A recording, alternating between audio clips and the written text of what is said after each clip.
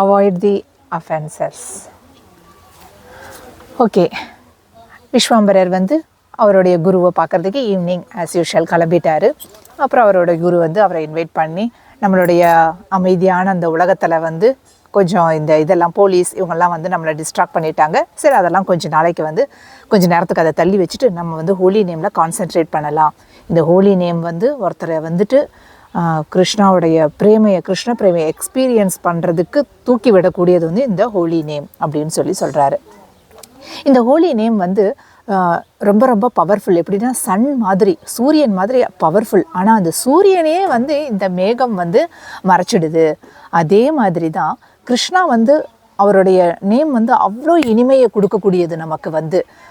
ஆனால் வந்துட்டு நம்மளால் அதை வந்து எக்ஸ்பீரியன்ஸ் பண்ண முடியல. ஏன்னா வந்து இந்த மேகம் மாதிரி வந்து அந்த நம்மளுடைய அஃபென்ஸ் வந்து அபராதங்கள் வந்து அதை வந்து மறைச்சிடுது அப்படின்னு சொல்கிறாரு. ஸோ அதனால் எத்தனை அபராதங்கள் இருக்குது அதை பற்றி பார்க்கலாம் அப்படின்னு ஒன்றா சொல்கிறாரு. ஃபஸ்ட்டு அஃபென்ஸ் என்னன்னா வைஷ்ணவ அபராதம். இந்த வைஷ்ணவர்கள்லாம் யாருன்னா அவங்க வந்து இப்போ பக்தி அப்படின்ற அரண்மனை இருந்ததுன்னா அந்த அரண்மனையோடைய கதவை உருவாக்கினவங்களே இந்த வைஷ்ணவர்கள் தான். ஒவ்வொருத்தருடைய ஒரு பக்தர்களுக்கு இந்த வைஷ்ணவர்கள் தான் வந்து அவங்களுக்கு வந்து பக்தியே கொடுக்குறாங்க. ஸோ வந்துட்டு இந்த அரண்மனை கதவையே ஓப்பன் பண்ணுறாங்க.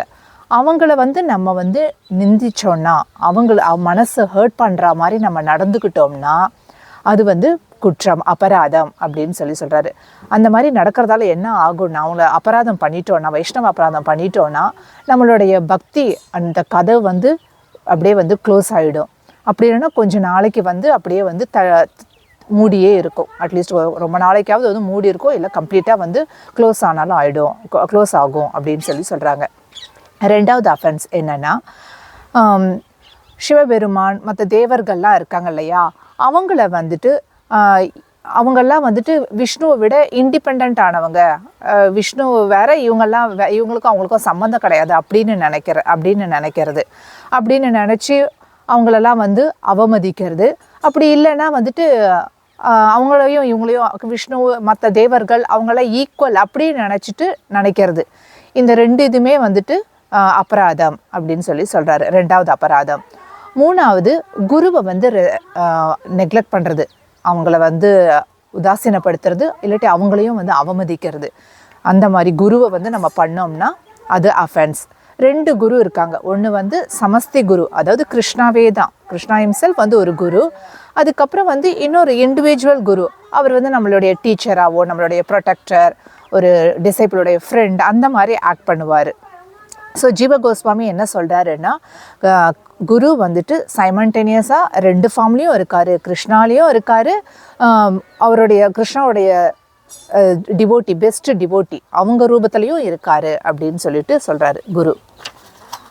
குரு வந்து இருக்கார் அப்படின்னு குருவை பற்றி பேசும்போது கௌர கிருபா சுவாமி வந்து டக்குன்னு முடிச்சுக்கிறாரு. ஏன்னா அவர் குரு இல்லையா, அதனால் விஸ்வாம்பரர் வந்து நினச்சிக்கிறாரு, குரு வந்து அவரை பற்றியே பெருமையாக சொல்லிக்காமல் டக்குன்னு இந்த பாயிண்ட் வந்து முடிச்சுட்டாரு அப்படின்ட்டு அவர் நினைக்கிறாரு. அப்புறம் 4வது 5வது அஃபென்ஸ் என்னென்னா, ஸ்கிரிப்சர்ஸ், வேதங்கள் தான் வந்து இப்போ நமக்கு குரு வந்து ஃபாதர்னா, வேதங்கள் தான் வந்து மதர். குரு அப்பானா, வேதம் தான் வந்து அம்மா நம்மளுடைய ஆன்மீக பாதையில். அதனால் வந்து வேதங்களை வந்து நம்ம வந்து அவமதிக்கக்கூடாது. அதில் சொல்லியிருக்கிறதெல்லாம் வந்து நம்பாமல் இருக்கிறது. அப்புறம் வந்து அதில் வந்து ஹோலி நேமை வந்து ரொம்ப ரொம்ப உயர்த்தி சொல்லியிருக்காங்க அப்படின்னு அது மேலெல்லாம் வந்து பிலீவ் பண்ணாமல் இருக்கிறது.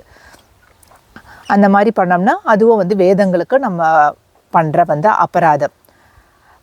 ஸ்பிரிச்சுவல் லைஃப்பில் நம்ம வந்து பிறப்பு எடுக்கணும்னா கண்டிப்பாக வந்துட்டு ஸ்பிரிச்சுவல் ஃபாதரும் இருக்கணும், மதரும் இருக்கணும். ஸோ வந்து நம்ம வந்து எல்லாரையுமே வந்து குருவையும் ரெஸ்பெக்ட் பண்ணணும், வேதங்களையும் சாஸ்திரங்களையும் வந்து நம்ம வந்து ரெஸ்பெக்ட் பண்ணணும் அப்படின்னு சொல்கிறாரு. 6வது அஃபென்ஸ் என்னன்னு பார்த்தீங்கன்னா, ஹோலி நேமும் அதோடைய அமேசிங் எஃபெக்ட்ஸ், அதுக்கான நிறைய சூப்பரான எஃபெக்ட்ஸ் எல்லாம் இருக்குது. அதை வந்து சாதாரண மெட்டீரியல் இதுக்கெல்லாம் வந்து சாதாரண எக்ஸ்ப்ளனேஷன் கொடுக்கறது. இந்த சாண்டிங் பண்ணிங்கன்னா இது நடக்கும், அதை நடக்கணும், பௌதிகமாக வந்து எக்ஸ்ப்ளனேஷன் கொடுக்கறது வந்து அது 6வது அஃபென்ஸ். 7வது அஃபென்ஸ் என்னென்னா வந்துட்டு,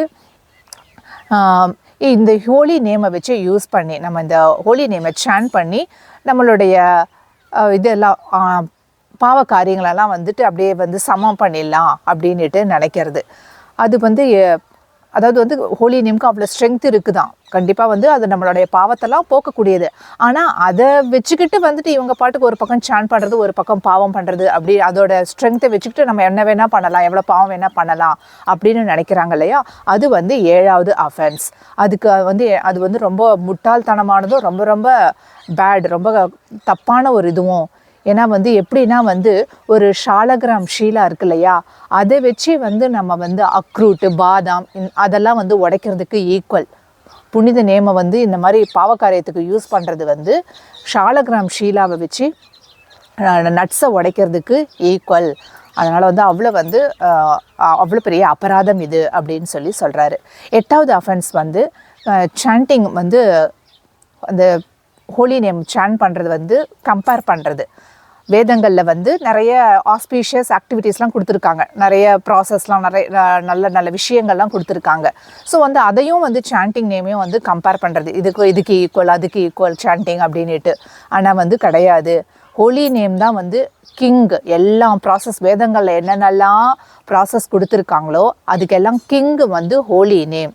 எப்படி வந்து ஒரு எல்லா மந்திரிகளுக்கெல்லாம் வந்து எங்கேருந்து சக்தி வருதுன்னா ராஜா கிட்டேருந்து தான் சக்தி வருது. அதே மாதிரி இந்த ஹோலி நேம் தான் வந்து மற்றவங்க எல்லாருக்கும் வந்து சக்தியை கொடுக்குது. மற்ற எல்லா ப்ராசஸ்க்கும் சக்தி எங்கேருந்து கிடைக்குதுன்னா இந்த ஹோலி நேம்லேருந்து தான் கிடைக்குது அப்படின்ட்டு சொல்கிறாரு. ஸோ அந்த மாதிரி வந்து அதை ஈக்குவல்னு நினச்சோம்னா நான் ஆஸ்பீஷியஸ் ஆக்டிவிட்டீஸ் வேதங்களை கொடுத்துருக்கிறதும் ஹோலி நேமும் ஈக்குவல் அப்படின்ட்டு நினச்சோன்னா அது ஒரு அபராதம் அப்படின்னு சொல்கிறாரு. அதுக்கப்புறம் 9th அஃபென்ஸ் வந்து நம்பிக்கை இல்லாதவங்களுக்கு போயிட்டு ஹோலி நேமை பற்றி சொல்கிறது. நம்ம இந்த புனித நாமத்தை ஃபெய்த்தே இல்லாதவங்க கிட்ட போய் சொல்கிறது. அது எப்படி இருக்குன்னா வந்துட்டு குரங்குங்க கிட்ட வந்துட்டு முத்துக்கள் வந்து கொடுக்குற மாதிரி.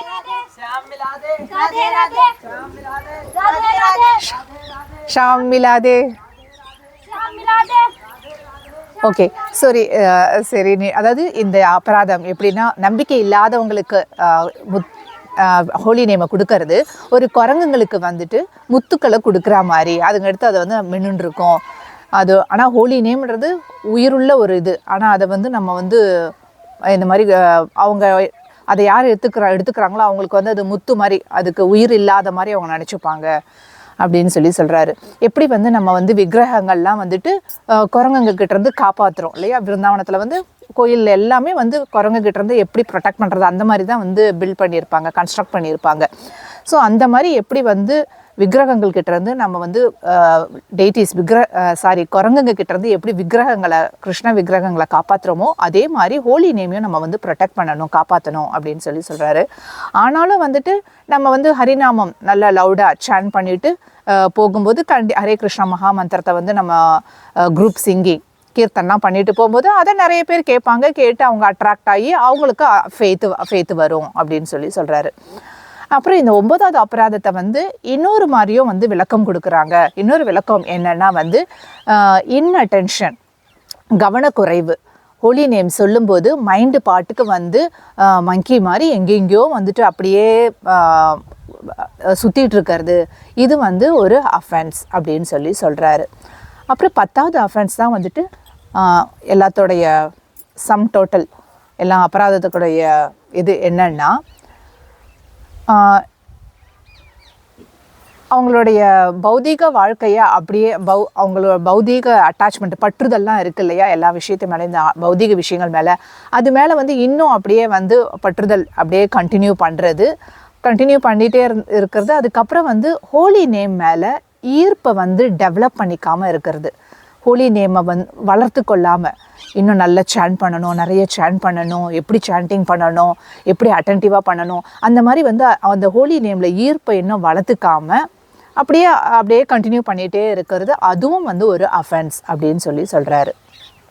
கிருஷ்ணதாஸ் கவிராஜுக்கு கோஸ்வாமி என்ன சொல்கிறாருன்னா, கிருஷ்ணாவுடைய ஒரே ஒரு நாமம் போதும், அவ்வளோ பவர்ஃபுல். அது எல்லா பாவத்தையும் அழிச்சிட்டு நமக்கு வந்து பக்தியை வந்து அப்படியே கொடுக்கக்கூடியது, வந்து கிருஷ்ண பக்தியை கொடுக்கறதுக்கு ஒரே ஒரு நேம் போதும்.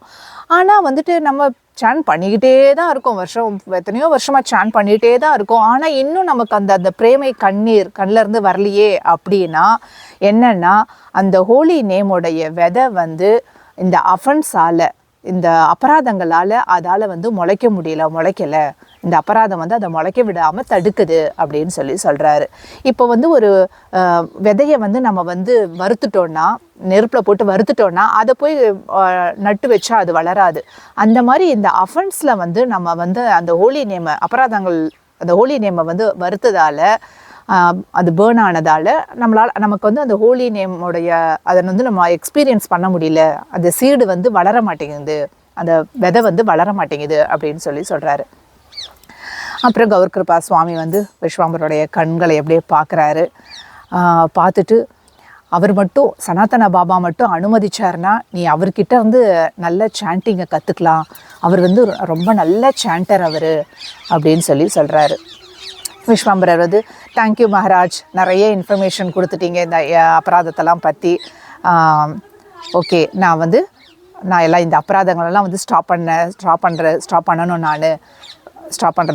பண்ணணும்.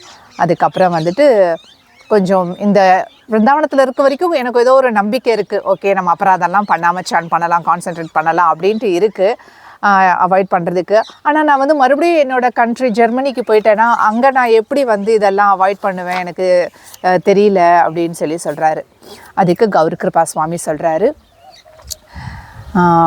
ஒரே ஒரு இதில் மட்டும் இன்வெஸ்ட் பண்ணு, ஸ்டார்டிங்கில், இந்த பிகினிங்கில் ஒரு இதில் நீ வந்து கான்சென்ட்ரேட் பண்ணு அப்படின்னு சொல்கிறாரு. என்னென்னா சவுண்ட் ஆஃப் த ஹோலி நேமுடைய சவுண்ட் இருக்கு இல்லையா, ஹரே கிருஷ்ண, அதில் வந்து உன்னோட அட்டென்ஷனை போடு அப்படின்னு சொல்கிறாரு. என்னோட குரு வந்து எனக்கு ஒரு சீக்ரெட் கொடுத்துருக்காரு, அதை வந்து நான் உனக்கு வந்து ரிவீல் பண்ணுறேன் அப்படின்னு சொல்கிறாரு. என்னென்னா என்னோட ஓன் ஸ்பிரிச்சுவல் மாஸ்டர் எனக்கு கொடுத்த இந்த டிப்ஸு, ஒரு சீக்ரெட்டு என்னென்னா, உன்னுடைய கான்சன்ட்ரேஷனை எப்போவுமே வந்துட்டு ஃபுல் அட்டென்ஷன் வந்து இந்த ஹரே கிருஷ்ணா மகாமந்திரா இருக்கு இல்லையா, ஃபுல்லாக ஹரே கிருஷ்ணா கிருஷ்ண கிருஷ்ணா ஹரே ஹரே, ஹரே ராம் ராம் ராம் ஹரே ஹரே இருக்கு இல்லையா, அதில் வந்து அந்த ஃபஸ்ட்டு ஹரேல வந்து கான்சென்ட்ரேட் பண்ணு.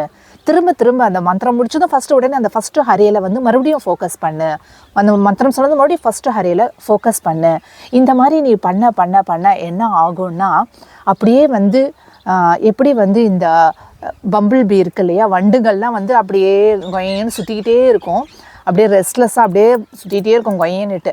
ஆனால் வந்து அது வந்து அப்படியே ஃபுல்லாக நல்ல முழுசாக பூத்த தாமரை மலரை பார்த்ததுன்னா அப்படியே வந்து அதில் வந்து அப்படியே கேப்சர் ஆகிடும், அதில் அப்படியே மாட்டிக்கும். அதில் அந்த மாதிரி நீ வந்து இந்த ஹரே கிருஷ்ணா மகாமந்திரத்தில் இந்த ஃபஸ்ட்டு ஹரேல கான்சென்ட்ரேட் பண்ண என்ன ஆகும்னா, அப்படியே அந்த முழு மந்திரத்து மேலே உனக்கு வந்து அப்படியே கான்சென்ட்ரேஷன் வந்துடும்.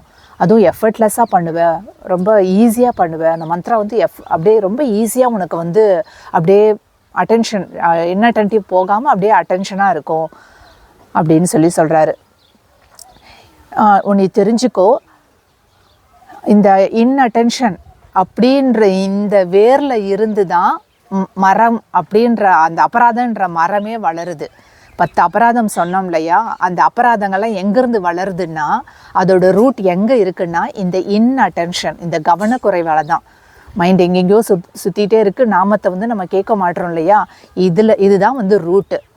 நீ மட்டும் இதில் கொஞ்சம் கான்சென்ட்ரேட் பண்ணேன்னு வச்சுக்கோங்க, கரெக்டாக சொல்கிறதுக்கு கான்சென்ட்ரேட் பண்ணிகிட்டே இருந்த, அட்டென்ஷன் ஃபுல்லாக அந்த நாமத்திலேயே நீ கொடுத்துட்டே இருந்தேன்னா அந்த ரூட்டை வந்து நம்ம வந்து கட் பண்ணிடலாம் அப்படின்னு சொல்கிறாரு. அதாவது அந்த மரத்தில் எத்தனை அஃபென்ஸ் இருக்குது, எல்லா அஃபென்ஸையுமே வந்து கட் பண்ணிடலாம். நீ இந்த ஒரே ஒரு அஃபென்ஸை மட்டும் எப்படியாச்சும் வந்து உன்னுடைய அதை வந்து கட் பண்ணனா அப்படின்னு சொல்கிறாரு. ஆனால் இன்னொரு வழியும் இருக்குது, எப்படி நாமத்தில் அப்படியே முழுகிறது அப்படின்றதுக்கு இன்னொரு வழியும் இருக்குது. ஆனால் நான் நினைக்கிறேன் அதை நீயே கூடிய சீக்கிரம் அதை வந்து கண்டுபிடிச்சிருவ அப்படின்னு நான் நினைக்கிறேன் அப்படின்னு சொல்கிறாரு. ஓகே, அதுக்கப்புறம் விஸ்வாம்பரர் வந்து அவருடைய பைசைக்கிள் எடுக்கிறதுக்காக போகிறாரு. போனதும் அவங்க குரு வந்து கேட்குறாரு, ஹவ் இஸ் சனாதன பாபா எப்படி இருக்காரு அப்படின்னு கேட்குறாரு. எனக்கு தெரியாது, நான் எங்கே ஃபுல்லாக வெளியே தானே இருக்கேன் குரு. அவர் வந்து எப்படி தான் வந்து அந்த கேவுக்குள்ளே வந்து நாள் ஃபுல்லாக இருக்காரோ தெரியல, ரொம்ப கஷ்டம் நாள் ஃபுல்லாக வந்து அந்த குஃபாக்குள்ளே இருக்கிறது அப்படின்னு சொல்கிறாரு. அப்போ கௌர கிருபா சுவாமி வந்து பெரும் மூச்சு விட்டுக்கிட்டு சொல்கிறாரு, உனக்கு வந்து அவரை பற்றி தெரியல, அந்த மனிதர் வந்து என்ன செய்ய முடியும் அப்படின்றது உனக்கு இன்னும் தெரியல அப்படின்னு சொல்லிட்டு சொல்கிறாரு. ஹரி போல், ஹரே கிருஷ்ணா.